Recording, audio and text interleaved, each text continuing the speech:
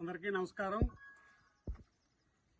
పుత్తూరు మండలం రాయల గ్రామంలో పంచాయతీరాజ్ అధికారుల తలక నిర్లిప్తత వల్ల, నిర్లక్ష్యం వల్ల కాంట్రాక్టరు అధికారులు ఇక్కడ ఏఈఆలు కుమ్మక్కైపోవడం వల్ల సుమారు 500 మీటర్ల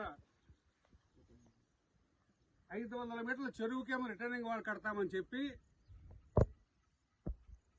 మొత్తం ట్రెంచ్ తవ్వేసి మార్చిలో ట్రెంచ్ తవ్వారు. ఇది జూన్ ఎండింగ్కి వచ్చాం. సుమారు 4 నెలలు అవుతుంది. ఇప్పటి వరకు వర్క్ స్టార్ట్ చేయకపోవడం వల్ల ఏమాత్రం వర్షాలు పడితే ఈ చెరువు గట్టు కొట్టేసి మొత్తమేమో వందలాది ఎకరాలు, కొద్దిగేమో మోకవరము, పొంటూరు 3 గ్రామాల తలకు వందలాది ఎకరాలేమో పంటలు పోయే పరిస్థితి కనబడుతుంది. అధికారులకు చెప్పినప్పటికి కూడా వారి నిర్లిప్తత వల్ల వాళ్ళని పట్టించుకోవడం లేదు.